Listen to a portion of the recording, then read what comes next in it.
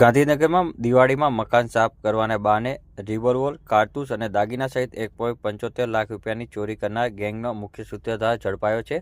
આ સૂત્રધારને ઝડપીને ગાંધીનગરની Infocity police station ખાતે લાવવામાં આવ્યો છે. અન્ય જે લોકો છે તેની પણ શોધખોળ હાથ ધરવામાં આવી છે. આ અંગે ગાંધીનગર સેક્ટર 9 ખાતેથી ડીવાયએસપી ડીટી ગોહિલ દ્વારા પોતાની પ્રતિક્રિયા આપવામાં આવી હતી. 11 ઓક્ટોબરના સાંજે 6 વાગે તેઓએ આ પ્રતિક્રિયા આપી હતી. 2 દિવસ પહેલા ઇન્ફોસિટી પોલીસ સ્ટેશન વિસ્તારના કુડાસણના રાધે એમ્પાયર ખાતે જસુબેન બારડના ઘરે દિવાળીના કામ નિમિત્તે આવેલા 4 વ્યક્તિઓએ જસુબેનના ઘરે 1,75,000 જેમાં એક રિવોલ્વર અને 6 કારતૂસની ચોરી કરેલી હતી.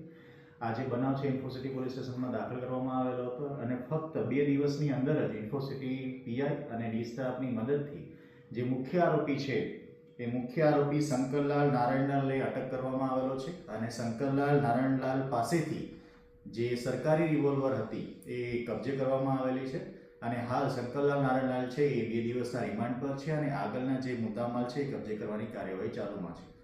આ મીડિયાના મારફતથી જણાવવામાં આવે છે કે દિવાળીનો તહેવાર નિમિત્તે જનરલી લોકો પોતાના ઘર સાફ સફાઈ કરવા માટે બહારથી વ્યક્તિઓ બોલાવતા હોય છે.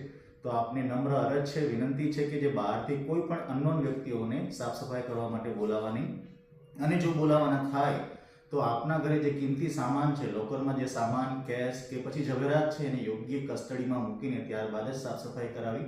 આ સાથે સાથે દિવાળીનું વેકેશન પણ આવી રહ્યું છે તો ગાંધીનગરની જાહેર જનતાની અપીલ છે કે દિવાળીના વેકેશન દરમિયાન જો આપ બહારગામ જતા હોય કે ફરવા જતા હોય તો આપના ઘરમાં કોઈ કેશ કે કોઈ કિંમતી સરસામાન મૂકીને જવો નહીં. એને સેફ કસ્ટડી જેમ કે બેંક લોકરમાં કે અન્ય જગ્યાએ મૂકીને જ આપ બહાર જાઓ તેવી ગાંધીનગર પોલીસ તરફથી આપને વિનંતી છે, જેથી આ પ્રકારના કોઈ પણ બનાવ ન બનવા પામે અને આપનું કોઈ કિંમતી સામાન છે એ આ પ્રકારે ચોરી ના થાય.